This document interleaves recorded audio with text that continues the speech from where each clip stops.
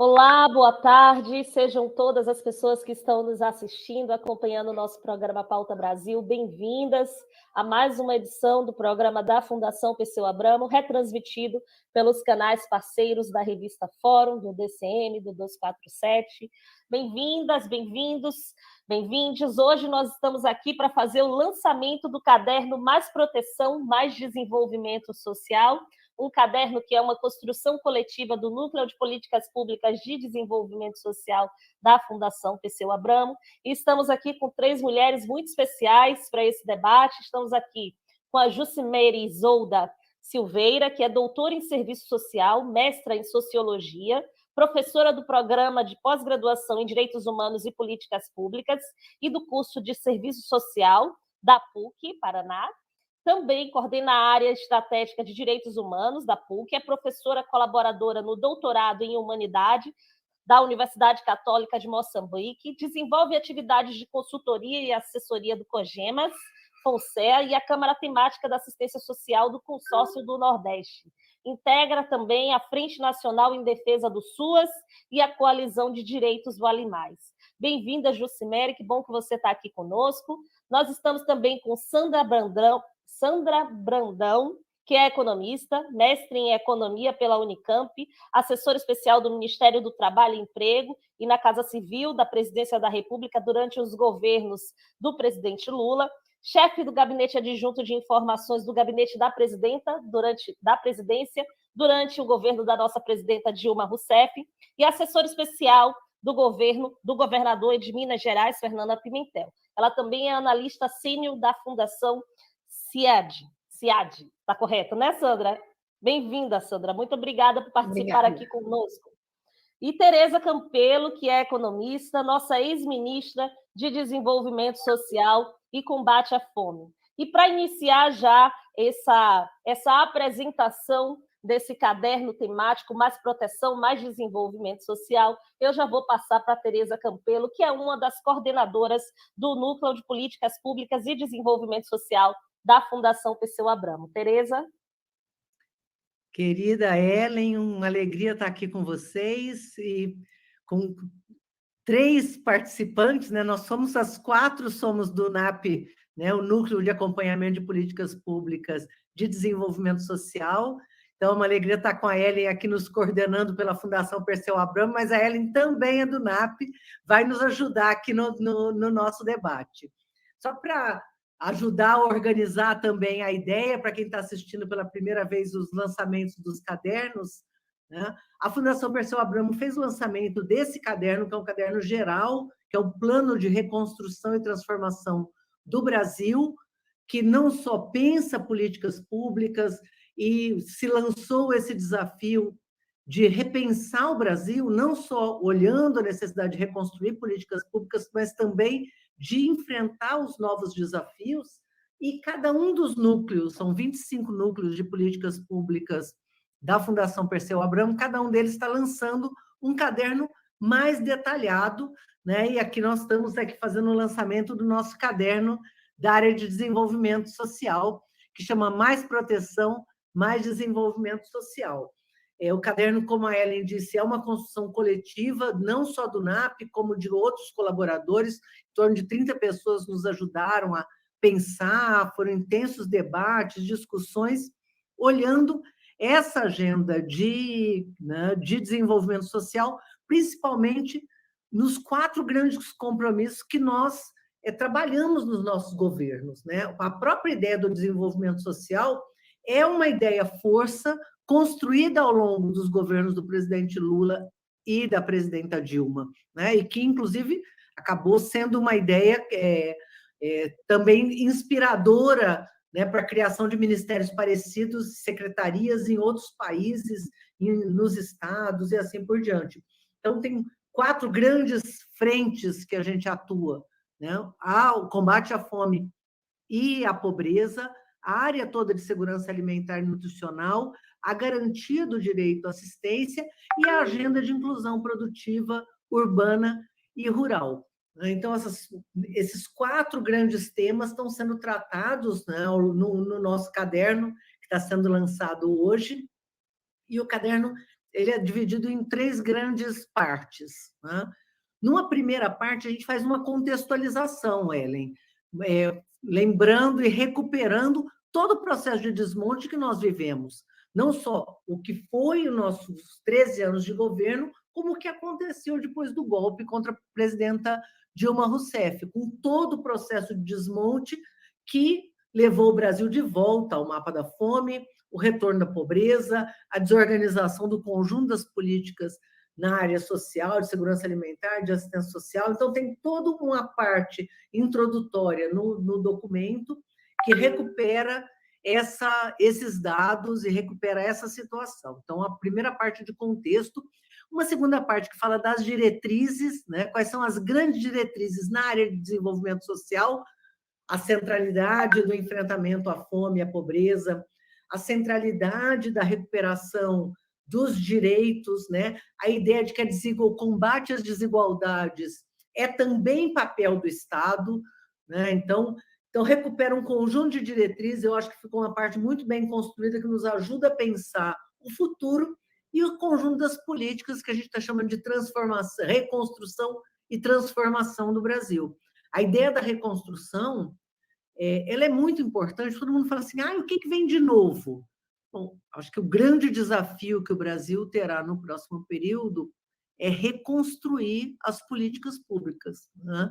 Usando aqui uma frase que a Sandra sempre usa, né? Reconstruir não será trivial, né, Sandra? Então, a reconstrução das políticas públicas é uma grande tarefa. Agora, não é reconstruir exatamente como elas estavam. Por quê? Porque os novos desafios estão se colocando.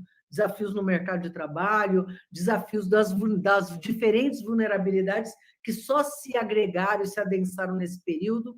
Então, linhas gerais, né? O caderno ele trata disso. Nós estamos com um link aqui para que todos vocês possam acessar, é de acesso livre, né? Nós já temos aí em torno de 15 cadernos que foram publicados e agora estamos publicando esse nosso caderno de desenvolvimento social. Depois eu falo um pouco mais sobre algumas das políticas, mas vamos dividir aqui. Então, essa foi a ideia geral. O que tem aqui no nosso caderno? Mais proteção, mais desenvolvimento social. Muito obrigada, Tereza, e eu já vou passar a palavra agora para a Jucimeira Isolda Silveira. Querida, muito obrigada, muito boa tarde a todas, todos e todes. É uma alegria muito grande estar aqui com vocês, Ellen nos conduzindo, mulheres aí que eu admiro muito e com quem aprendo sempre.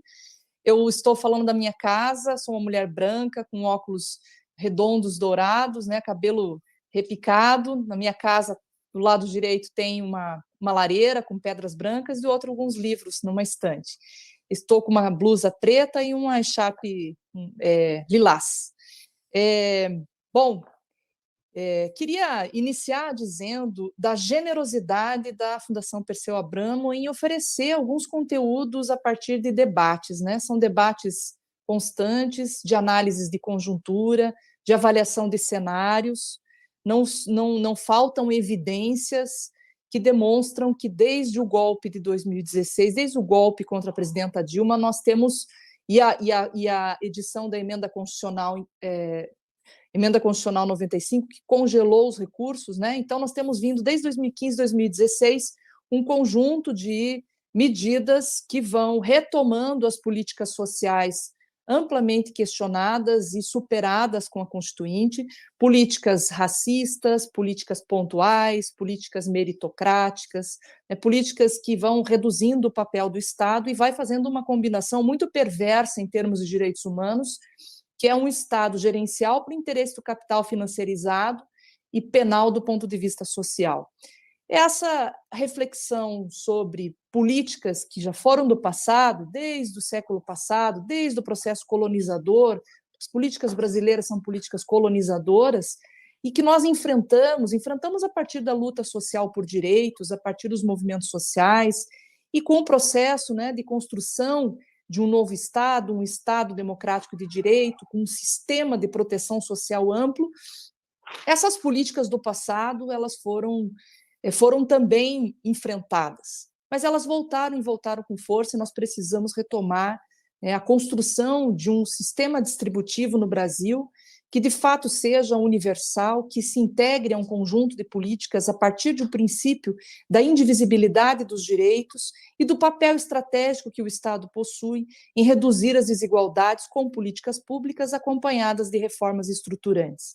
Esse debate nós fazemos no caderno, sinalizando quais são os processos que vêm desorganizando a assistência social, que é uma política que compõe o tripé da Seguridade Social, juntamente com a saúde e com a previdência social, mas que também é uma política que se integra a outras políticas públicas que têm uma característica distributiva, como a segurança alimentar e nutricional, e que, no seu papel protetivo, ela está em todo o Brasil. São mais de 13 mil unidades que foram implementadas nos governos Lula e no governo Dilma, porque depois da Constituição, da implantação da Lei Orgânica da Assistência Social, nós ainda ficamos com um vazio no seu processo de nacionalização. É só nos governos do presidente Lula, da presidenta Dilma, que essa política ergueu suas bases, tem bases estruturantes que são referência para o mundo, que basicamente, precisam de uma coordenação nacional que construa um pacto federativo baseado em corresponsabilidades dos estados, dos municípios, do Distrito Federal, na composição desse importante sistema de proteção social. Algumas pessoas ainda perguntam, mas por que a assistência social é importante, não podem ter outras ações pontuais? Primeiro que ela é um direito constitucionalizado, assim como a renda básica também foi constitucionalizada recentemente. Ela é um direito que precisa ser afiançado e garantido pelo Estado brasileiro, que se faz, obviamente, com participação da sociedade civil, compondo essa grande rede.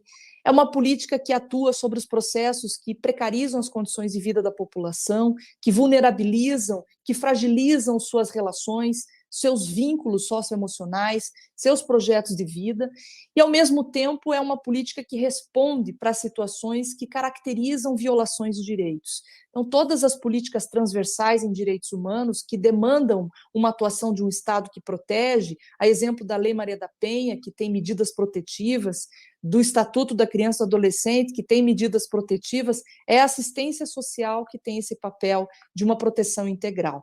Então, esse caderno é uma contribuição de um grupo de pessoas militantes na área, que atuaram em diferentes espaços, que hoje também estão fazendo incidência em diferentes contextos para resistirmos a esse cenário de desorganização da assistência social, de fragilização dessa política. Não são poucas as evidências, para que vocês tenham uma ideia. O orçamento da assistência social para serviços e ações, não estou aqui falando do BPC, que é o benefício de prestação continuada, cujo orçamento é aproximadamente 70 bilhões, mas para serviços e ações que estruturam esse conjunto de unidades que estão lá posicionadas nos territórios mais desiguais. O orçamento passa de 3 bilhões em 2014, que foi seu melhor exercício, para apenas 1 bilhão. E o governo federal, durante a pandemia, se utilizou dos recursos extraordinários para operar repasses reduzidos como se ordinários fossem. Então, é mais de 1 bilhão de recursos que deixou de ser repassado aos municípios. Para serviços que foram muito essenciais para enfrentar a situação de choque, nós tivemos redução significativa. Não tem, por exemplo, recurso previsto para as ações de enfrentamento ao trabalho infantil, apesar de estamos aí um ano de enfrentamento internacional, 2021 foi um ano internacional de enfrentamento ao trabalho infantil.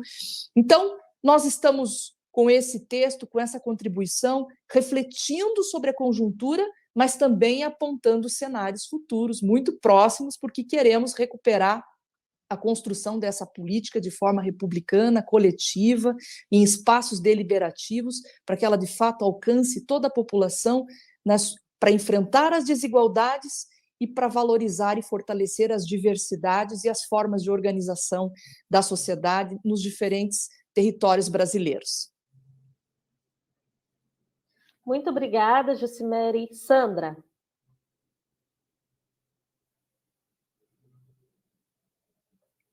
Boa tarde, é um imenso prazer estar aqui com vocês, três mulheres brilhantes e que, obviamente, aqui tenho certeza que quem está nos assistindo vai poder conferir isso e eu não canso de aprender com vocês. Eu queria chamar a atenção para um tema, uma daqueles 4 temas que Tereza falou, que eu acho que é um grande salto que nós demos no Brasil e que, infelizmente, nos últimos tempos a gente vem perdendo, que é uma integração, que é um mercado de trabalho que funciona bem, com um sistema de proteção social que também funciona bem. O que eu chamo de funcionar bem? No caso do mercado de trabalho, que gera emprego decente, que garante uma renda estável e que permite mais e melhores oportunidades para a população. No sistema de proteção social, um sistema que é capaz de garantir a pessoas e famílias diferentes a proteção que elas não conseguem assegurar sozinhas a partir da sua inserção produtiva, e esse sistema cabe, como disse a Jucimere, garantir esses direitos.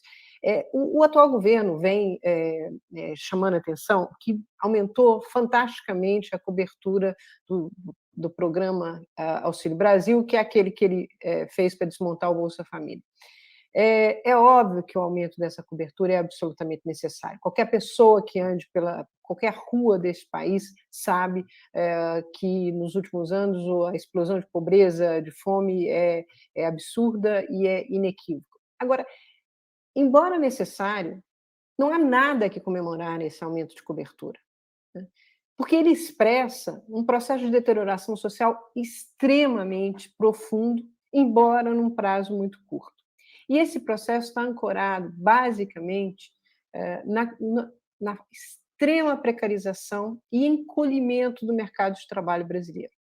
Então, mais gente recebendo o Auxílio Brasil é o mínimo que um governo que patrocinou o desmonte da principal forma de geração de renda familiar, que é o trabalho, tinha que fazer. Agora, nunca será suficiente. Eu não sei se, eu acho que não sei se vocês viram e se quem está nos assistindo, na semana passada, algumas matérias da imprensa fizeram uma relação entre o número de famílias que recebem o Auxílio Brasil e o número de pessoas que têm emprego protegido pelo CAGED. Em fevereiro deste ano, essa relação equivalia a 43% no Brasil, ou seja, o número de famílias corresponde a quase metade do número de pessoas que têm emprego formal. Imagina a desproporção que é isso. Isso era, há apenas 5 anos atrás, 34%. Há 5 anos atrás, só 7 estados tinham mais famílias recebendo auxílio, na época, Bolsa Família, do que emprego formal. Agora já são 13. Em 2 regiões, Norte e Nordeste, em média, tem mais família recebendo o Auxílio Brasil do que emprego formal. Então, voltando aqui àquele tema da Tereza, uma das questões fundamentais, se a gente quer enfrentar a pobreza e a fome, é reorganizar o mercado de trabalho brasileiro, né? E isto não pode ser feito, obviamente, sem melhorar a proteção social, mas isso é absolutamente primordial.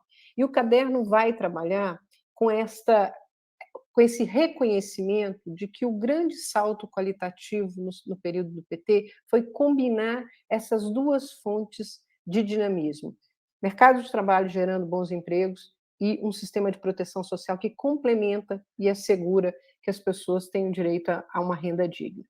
No caso dos desafios que estão colocados para frente, eu acho que tem 3 que independem da situação de renda de cada família. Primeiro deles, nós precisamos retomar a política de valorização do salário mínimo. Nós estamos diante de uma situação inacreditável que, pela primeira vez, desde que o Plano Real foi instituído lá em 1994, o governo Bolsonaro será o primeiro a entregar um poder de compra do salário mínimo menor do que recebeu. Ele não só abandonou a política, como está conseguindo fazer retroceder o poder de compra. É fundamental recuperar o salário mínimo, porque o salário mínimo não só norteia o mercado de trabalho formal e informal, mas ele também assegura poder de compra para os beneficiários da Previdência Social e para os beneficiários do sistema protetivo, em especial, no caso, o BPC, que a Jusmeire citou. Segunda questão, nós precisamos de uma urgente retomar a geração de emprego. Para isso, duas coisas são fundamentais. Uma primeira é um choque de investimentos produtivos públicos, aproveitando várias oportunidades de reconstrução que este país terá, tanto na infraestrutura urbana, logística, quanto até na própria infraestrutura social. Vocês imaginam, quer dizer, se a gente se esforça para ampliar a rede de proteção social, isso requer equipamentos. Construção desses equipamentos pode e deve gerar empregos para as brasileiras e brasileiros.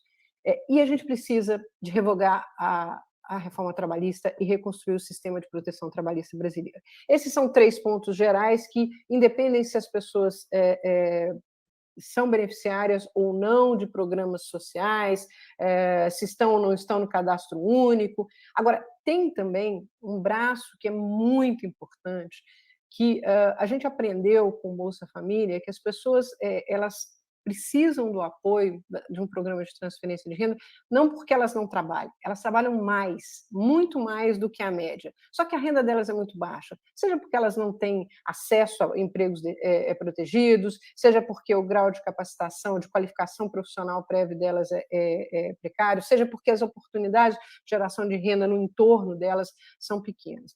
Então, a gente precisa cuidar da retomada de políticas de inclusão produtiva, tanto no meio rural quanto no meio urbano. No meio rural, a gente precisa voltar a fortalecer a agricultura familiar.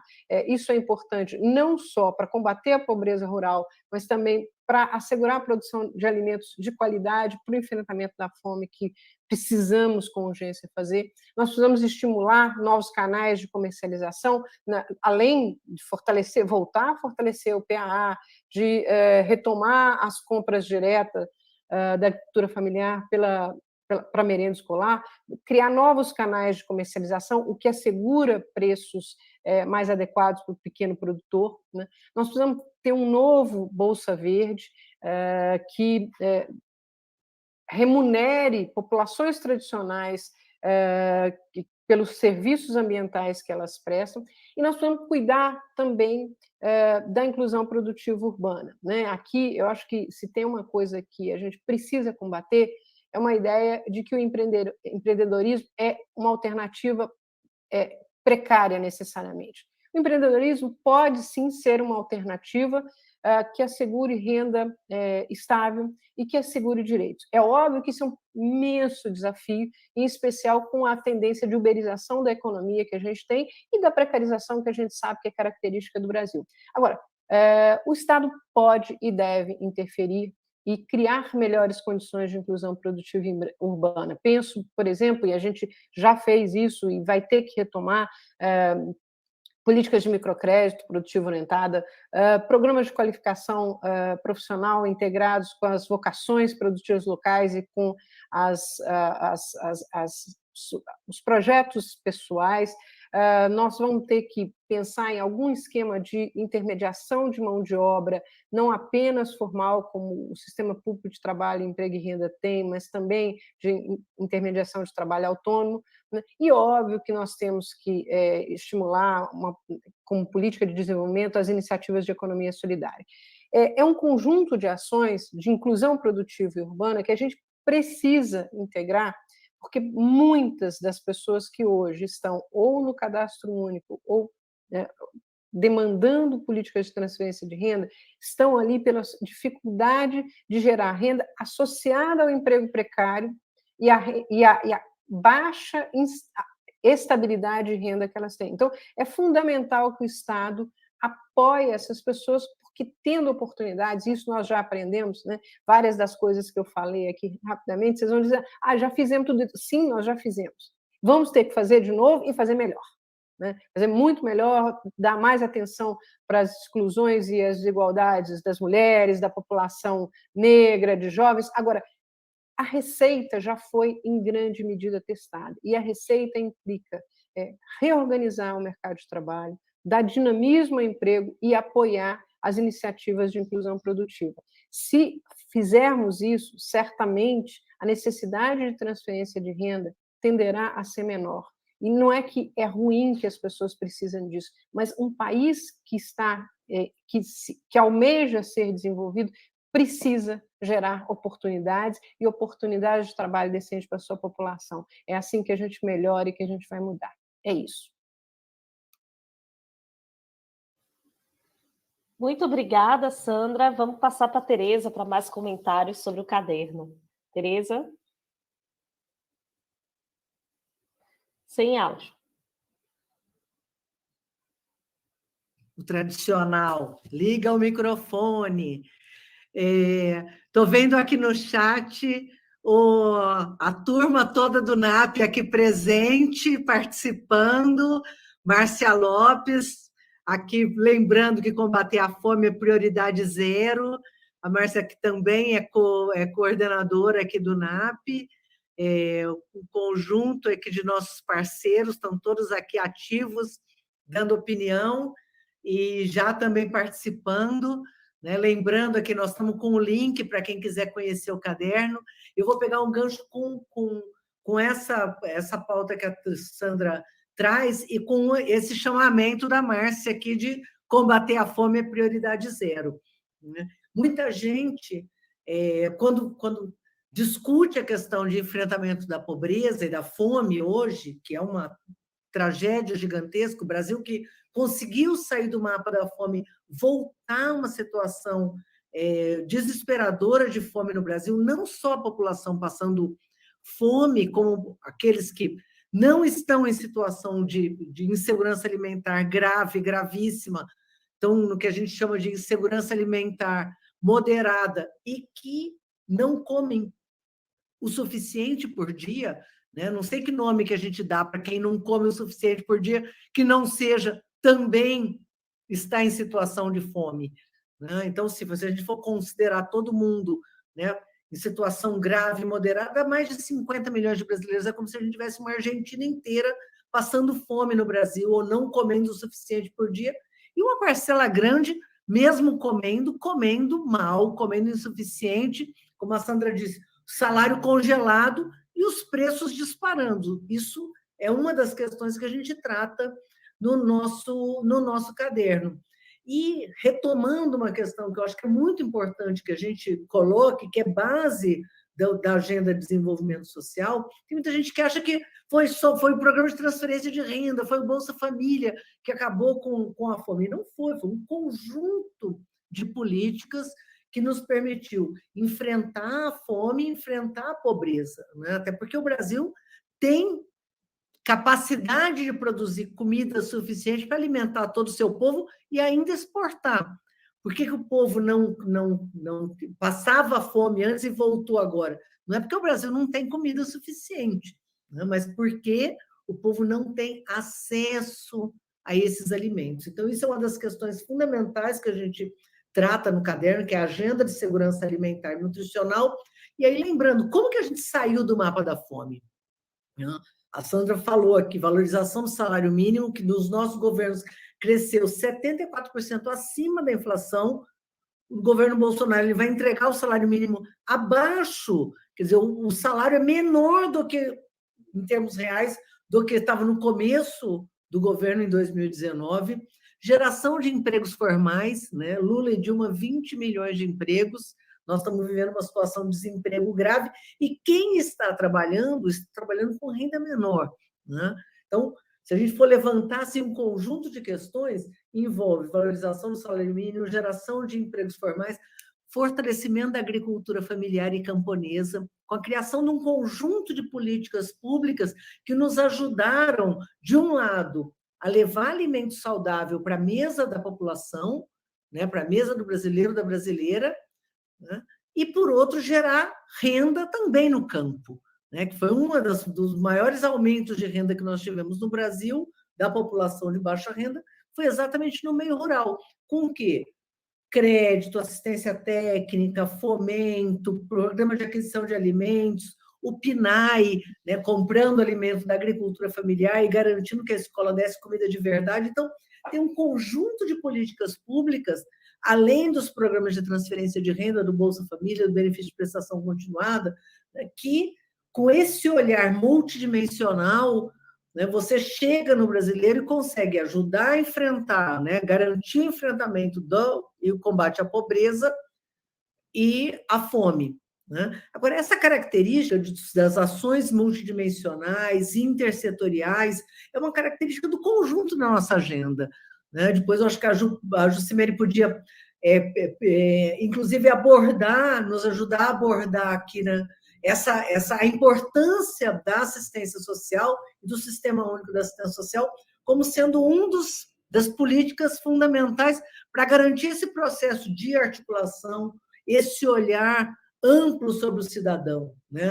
Aquela ideia de que a pessoa é pobre de renda, né? Quem é pobre de renda, em geral, é pobre também de acesso à água, educação, saúde, serviços socioassistenciais. Então, como uma das características centrais que a gente recupera no caderno, né, Mais Proteção, Mais Desenvolvimento Social, é essa ideia do conjunto da necessidade de articulação e de ter um modelo de desenvolvimento que é inclusivo, rompendo com essa ideia de que o social, o desenvolvimento e o ambiental, né, o econômico e o ambiental são três coisas separadas. Então, social é parte de uma agenda de desenvolvimento, ajuda o país a retomar o desenvolvimento e o enfrentamento às vulnerabilidades, às desigualdades, o combate à pobreza e à fome tem que ser feito de forma ampla, multissetorial, interdisciplinar, né, intersetorial,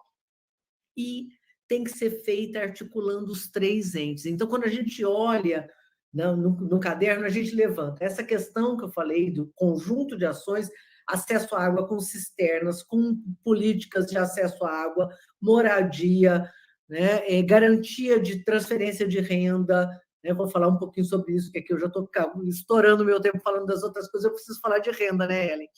Mas, então, a questão do multidimensional, a questão de ter políticas articuladas com governos estaduais e com governos municipais, que é um dos principais frontes do desmonte do Estado brasileiro que o governo Bolsonaro promoveu. Na agenda, por exemplo, do Auxílio Brasil, é uma das coisas que ele cortou. Todo o processo de construção do Auxílio Brasil foi feito ignorando estados e municípios, foi feito a revelia da rede de assistência social, que não foi consultada. Quem mais entende da população vulnerável, né, e dessas diferenças que a gente tem no norte do país, no nordeste, no sudeste, grandes centros, cidades pequenas, né? Ouvir e trabalhar de forma articulada com essas políticas foi uma das questões centrais que caracterizou nossos governos e que, em grande medida, explica o sucesso das políticas. Por que a política funciona bem? Exatamente porque ela consegue ter esse olhar amplo e garantir a chegada, né, nessas diferentes situações de vulnerabilidades e desigualdades. A terceira questão é ser republicano, gente. A gente discutir, nessa altura do basquete do país, ter critérios, né? Esse governo Bolsonaro desorganizou critérios públicos. Então, se em vez de repassar o dinheiro por critério para o município que mais precisa, não, você passa por emenda. Então, todo o desmonte das políticas públicas aconteceu, inclusive, por essa parte de orçamento secreto, além do teto de gastos, que a Jucimere já tinha falado e a Sandra também. Bom, então, é importante recuperar isso, porque isso é uma das coisas que as pessoas falam, destruir o Bolsa Família. Uma das características centrais do Bolsa Família era exatamente ter sido construído de forma pactuada, chegando nos 5.570 municípios em articulação com a rede de assistência social, sendo parte da política de assistência social no Brasil, garantindo critérios, né? E por que acabaram com o Bolsa Família? Nós temos que dizer, né? Acabaram com o Bolsa Família porque precisavam aumentar? Não, se fosse para aumentar o valor, era só, não precisava nem de lei, era só aumentar o valor. Se precisasse aumentar o público que precisava, e a gente defendeu isso ao longo de todo esse período, aumentava a linha de pobreza, aumentava a quantidade de pessoas. Não. Acabaram com o Bolsa Família, acabando com um programa super reconhecido no mundo todo, porque queriam tirar as digitais do presidente Lula do programa. Né? E com isso destruíram uma política de 18 anos que funcionava bem. Então, no caderno, a gente defende a reconstrução do Bolsa Família, que é um novo Bolsa Família, né? Recuperando essas características fundamentais que transformaram o Bolsa Família num maior, no melhor e mais eficiente programa de transferência de renda do mundo, mas nos colocamos o desafio de avançar. Então, mais uma vez, eu convido aqui, de repente, na rodada final, eu falo um pouquinho, porque eu já estourei meu tempo. Mas, então, estamos olhando também, não queremos voltar só para o Bolsa Família, queremos ir além. Então, tem um conjunto de desafios e propostas que a gente está levantando no caderno. Obrigada, Tereza. Jucimeire.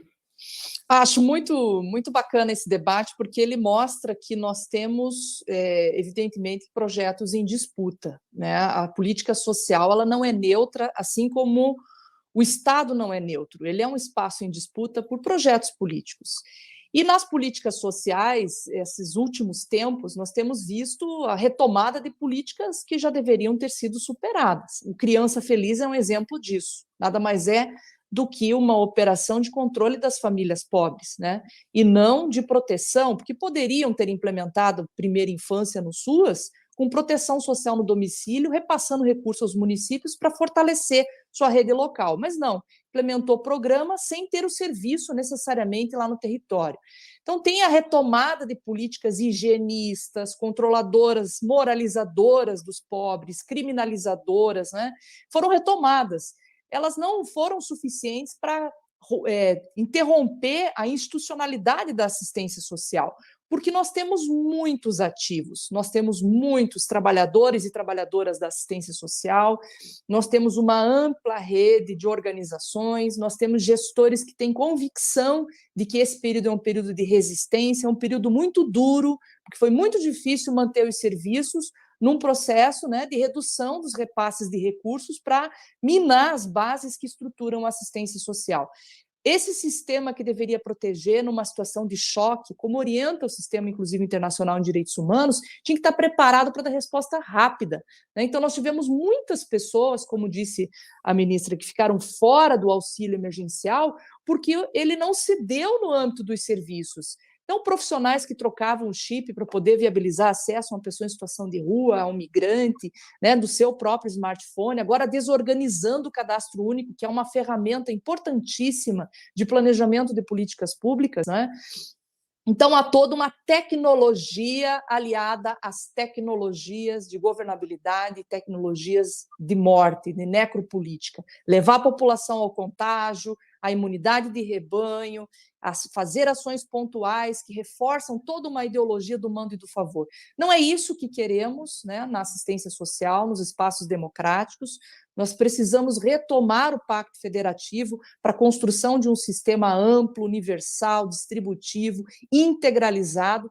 E é nesse processo de avaliação, pensando o quanto o SUAS ficou desorganizado e o governo brasileiro não respondeu de forma satisfatória às demandas, inclusive as novas demandas, como crianças e pessoas idosas, órfãos, ou com um processo, né, em decorrência da pandemia, e que se constituem demandas para o SUAS, ou demandas que se agudizaram, como a violência contra a mulher, contra a criança e adolescente, uma série de processos, né? Porque não são as pessoas que são necessariamente vulneráveis, os processos vulnerabilizam, e eles são políticos, econômicos, são relacionais, são conflitos que muitas vezes a sociedade e o Estado não sabem como lidar com esses processos. E a assistência social tem um papel importantíssimo nesse aspecto.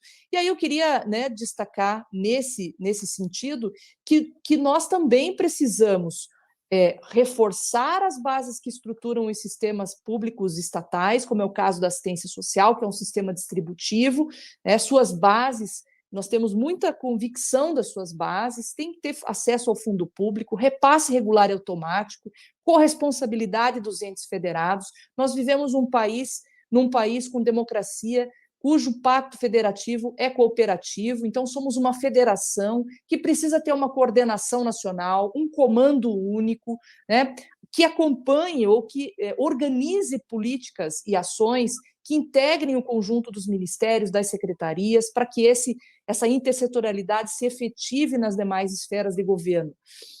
Isso não aconteceu na pandemia. A pandemia encontrou um sistema sucateado, desorganizado, porque uma outra política social estava, né, fazendo frente. E não é o que nós temos, inclusive, definido na nossa Constituição Federal. Então, nós precisamos reafirmar as bases que estruturam a assistência social, SUAS, precisamos construir novos dispositivos integradores, inclusive à luz do Programa Nacional de Direitos Humanos, que também tentaram alterar.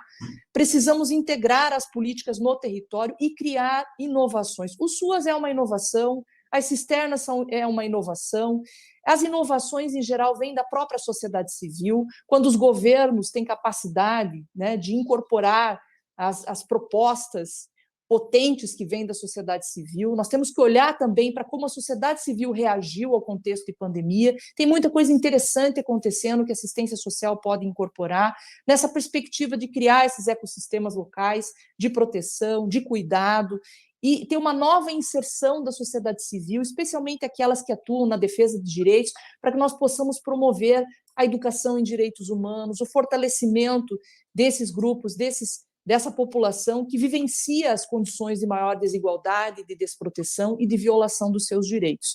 Nesse sentido, então, nós temos uma tarefa de continuar o debate, de dizer quais são os caminhos, né, para que a proteção social se restabeleça no Brasil. Os caminhos são políticos, são institucionais, e achei muito importante essa análise que a Sandra e a Tereza fazem em relação às políticas macroeconômicas. O Brasil, historicamente, fez uma separação entre o social e o econômico, e, em geral, deixou o social para a filantropia. Nós reorganizamos isso. As creches foram para a educação, estavam na LBA, na assistência social, né? A educação assumiu com o Fundeb, e esse governo fez voltar a compra das creches para 45 mil crianças, né, no Auxílio Brasil, uma resposta pífia que retoma um conjunto de auxílios dentro de uma política como se fosse fazer políticas para pobres dentro da assistência. E o que nós queremos é reforçar a responsabilidade de cada política setorial, e as políticas de defesa de direitos cumprem um papel fundamental para fazer com que esse sistema seja forte o suficiente para que as respostas em termos de direitos para o conjunto da sociedade na sua diversidade tenham impacto. E, nesse sentido, recuperar fundo público, recuperar o pacto federativo, mas também inovar. Nós podemos implementar programas, né, nessa proposta de discutir os caminhos do futuro da assistência social que acelerem a redução da desigualdade, que possam também vir da base, vir dos territórios, dos municípios, e assim o Estado, né, brasileiro estará cumprindo essa tarefa de construir um sistema de fato cooperativo, integrado, em que as corresponsabilidades atendam o desafio de reduzir desigualdades, de fortalecer as diversidades, né, de modo a construir um país, de fato, socialmente justo, né, do ponto de vista ecológico sustentável e humanamente diverso. Acho que esse é um caminho que nós vamos construir com muita participação popular. E o SUAS tem muitos ativos nesse sentido. Muito obrigada, Jucimeira. E agora a Sandra. Bom, eu queria falar de um tema que eu acho que ele expressa bastante esse esforço de integração que o tempo todo buscamos fazer, que é o desafio de construir uma política de cuidados. No Brasil, na América Latina, mas no Brasil em especial, nós temos uma história de uma política de cuidados que ela só reforça as desigualdades. Primeiro, por uma questão de divisão sexual do trabalho, ao atribuir às mulheres a obrigação por isso. Segundo, pela baixa oferta de equipamentos públicos, né, que faz com que as populações mais pobres tenham muita dificuldade de encontrar apoio do Estado para as políticas que seus familiares, crianças, idosos, pessoas doentes demandam, né, e elas, em geral, não têm renda suficiente para isso. A pandemia explicitou esse desafio, né? E eu acho que dos debates importantes que vimos travando, não só no NAP Desenvolvimento Social, até porque esse é um tema completamente transversal, ele diz respeito à educação, ele diz respeito à saúde, ele diz respeito à igualdade de gênero, né? Como construir, como reorganizar uma política de cuidados, né, em que o Estado assuma mais responsabilidades, né? Isso tem, pelo menos, 3 grandes efeitos. Primeiro, garantia de direitos, né? As pessoas idosas, as crianças, as pessoas adoentadas, elas demandam e têm direito a serem bem cuidadas, né? E a receber todo o cuidado adequado, não só em termos de qualidade, como em termos de especialização que elas necessitam. Segunda questão, essa política ela tem uma capacidade de enfrentar a desigualdade de maneira extraordinária, né? Seja porque tira das mulheres essa suposta obrigação de cuidar e traz isso para uma questão da sociedade, né? Segundo, porque ela abriria oportunidades de acesso a serviços de cuidado, principalmente para os mais pobres. E, finalmente, porque uma política de cuidados bem estruturada, ela representa oportunidades de trabalho e renda, né? De um lado, você oferecendo qualificação, você abre e trazendo para o Estado, ampliando equipamento, você abre oportunidades de emprego, de qualidade, que você vai ter que preparar as pessoas, você vai ter que construir os equipamentos, mas tudo isso é geração de emprego, né? E, de outro, na forma do reconhecimento do trabalho que uma parcela expressiva de mulheres já executa, reconhecimento, inclusive, obviamente, remunerado. Eu estou chamando a atenção dessa política porque eu acho que uma das questões que o caderno busca trilhar, nós temos que reconstruir muita coisa, mas nós aprendemos que nós temos que avançar.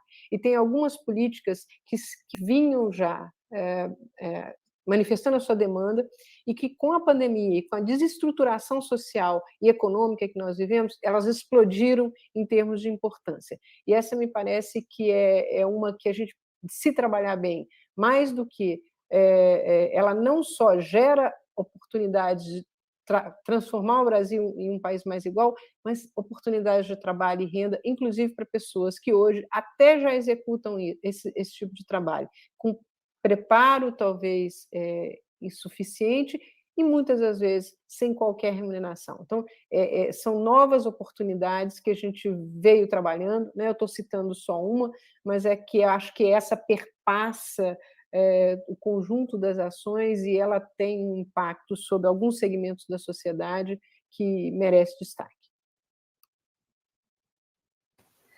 Muito obrigada, Sandra. O diálogo está muito bom sobre esse caderno. Como a Tereza já falou, vocês podem acessar o caderno, a íntegra do caderno, no site da Fundação Perseu Abramo. Nós estamos chegando aqui nos minutinhos finais do nosso programa, Pauta Brasil, e eu vou passar a palavra de volta para a Tereza, para ela poder fazer sua saudação final e suas conclusões. Tá? Tereza, 3 minutinhos aí para a gente ir concluindo. Obrigado, Ellen, super obrigado por nos ajudar aqui a dar essas pistas, né, e estimular as pessoas a procurarem o caderno, lerem. O caderno, na verdade, é um debate aberto, né? Nós queremos que ele seja usado para que a gente avance nas reflexões, né, sabendo que nós temos uma tarefa gigantesca no processo de reconstrução desse estado de bem-estar social, sabendo, inclusive, que a pandemia nos trouxe, infelizmente, algumas lições e alguns aprendizados, né? Eu acho que ficou claríssima a importância de políticas sociais, não só do SUS, mas do SUAS, dos programas de transferência de renda. Hoje, parcela da população, quando a gente compara, né, essas pessoas, há 15 anos atrás, o questionamento das políticas de proteção de renda era muito maior do que é hoje. Hoje existe essa compreensão muito maior na sociedade sobre a importância de uma rede de proteção social. Eu acho que nós temos que aproveitar esse momento de reflexão e de abertura para garantir o avanço das políticas sociais no Brasil. eu acho que tem uma questão que a gente acabou não abordando aqui, porque o caderno tem muita coisa bacana, eu acho que, como eu disse, são reflexões iniciais.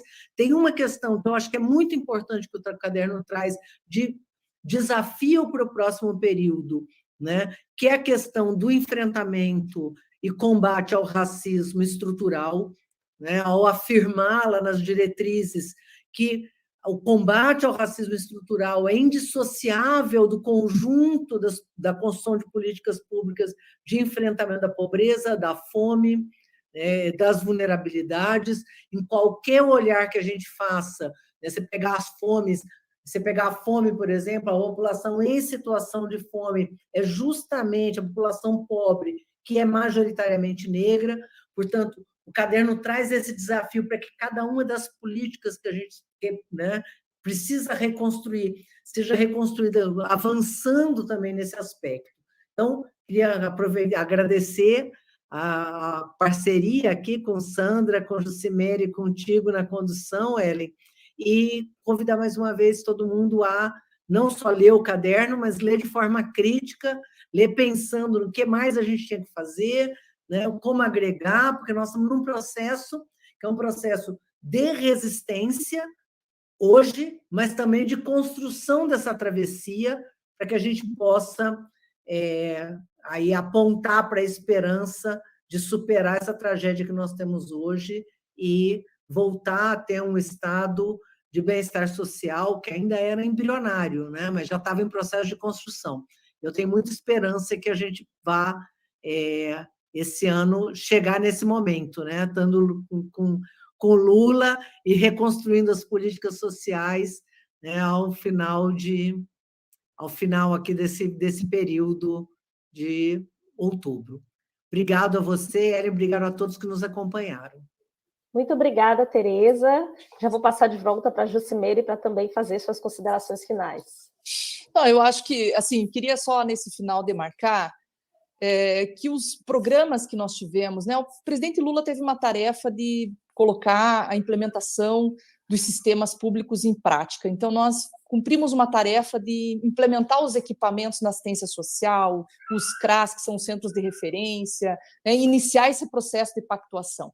Com a presidenta Dilma, nós tivemos importantes programas que aceleraram esse processo, como CRAC é Possível Vencer, né, Viver Sem Limites, Brasil Sem Miséria.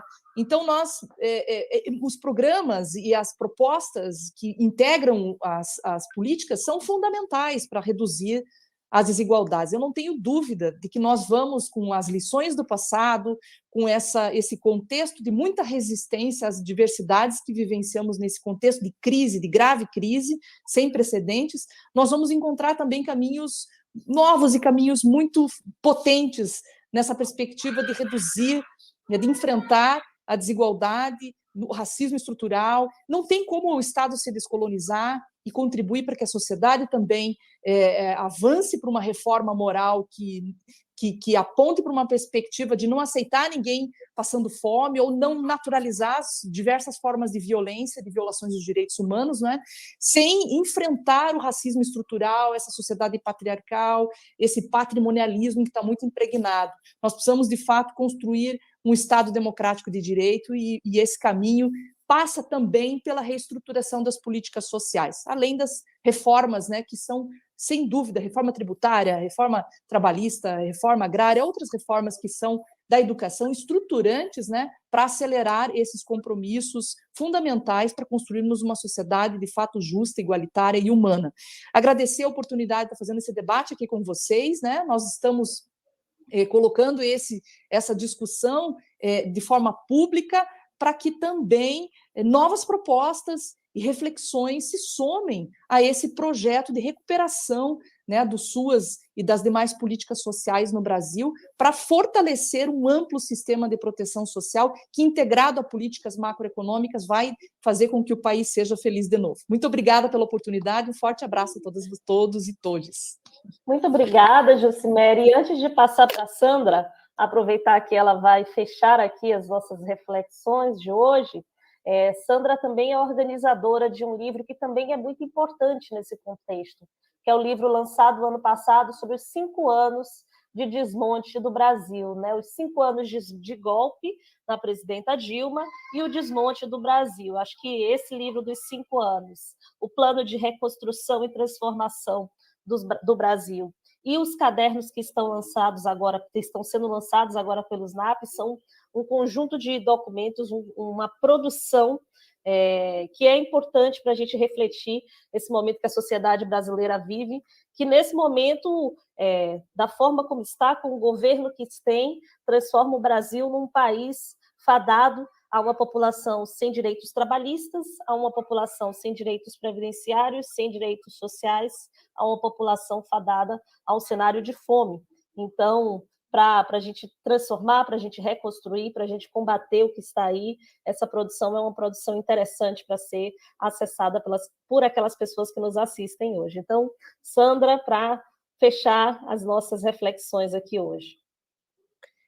Foi interessante você falar do livro Desmonte. Eu vou recuperar uma frase que o presidente Lula cunhou e que a presidenta Dilma sempre usou, que um dos maiores méritos dos governos de ambos, dos governos do PT, foi ter colocado o povo no orçamento, né? Que fazer a alocação orçamentária em favor das demandas da população, ou seja, o Estado escolher priorizar as demandas da população, foi central para os avanços que construímos. A gente vai ter que voltar a fazer isso, voltar a acreditar que os recursos aplicados em cada uma das áreas sociais, em saúde, educação, proteção social, transferência de renda, nas políticas de trabalho, nas políticas de enfrentamento às várias desigualdades, isso é investimento, né? Eu acho que o caderno vai mostrar que a gente tem várias políticas que vão nessa linha, que se a gente usar os recursos públicos em favor da sociedade brasileira, ao contrário de gastar, no sentido perverso que foi dado pela PEC 95, quer dizer, os gastos públicos são ruins, eles têm que ser comprimidos, eles têm que ser congelados, porque o Estado não pode gastar. O que a gente precisa fazer é voltar a investir nessas políticas que são o diferencial do período anterior. Não há dúvida, tem um númerozinho só para terminar, a Tereza me corrija, mas para cada R$1 gasto no Bolsa Família, investido no Bolsa Família, me permitam corrigir, isso gerava R$1,75 nos pequenos municípios, era dinheiro circulando, estimulando a pequena produção, estimulando o comércio local. Quer dizer, é isso. A gente, em 2003, quando isso foi dito pela primeira vez, parecia absurdo. Como gastar pode ser bom? A gente mostrou que é bom. E eu acho que é esse o caminho que a gente vai precisar trilhar de novo, porque investir no povo brasileiro é desenvolver o país, é dar soberania a esse país. Esse país só tem importância no cenário internacional se ele tiver o tamanho que ele cabe ter. E, para isso, ele precisa incluir o povo. Então, acho que essa ideia de nós vamos precisar colocar de novo o povo no orçamento, arbitrar politicamente as disputas em favor do povo brasileiro. Isso significa garantir um novo sistema de proteção social, no mínimo do mesmo tamanho, mas a gente espera que seja muito melhor, porque a gente já aprendeu muito e as demandas são novas. Eu acho que essa é provavelmente uma linha que está lá, que a gente pode dizer que organiza o debate que está no caderno, não só no desenvolvimento social, mas em vários outros, mas nesse caso eu acho que fica bastante explícito. É isso, prazer dividir essa hora aqui com vocês, super obrigado pela oportunidade, e não deixem de ler lá os cadernos, que acho que gera uma excelente contribuição para a gente, para os próximos meses aí, que a batalha será árdua. Muito obrigada. Muito obrigada, Sandra, obrigada, Jocimere e Tereza, por compartilhar aqui conosco esse caderno que aponta o caminho aí da travessia civilizatória que nós precisaremos fazer, que nós precisamos fazer nesse país. Obrigada a todas as pessoas que nos acompanharam e na próxima quarta-feira tem mais Pauta Brasil, das 17 às 18 horas. Até!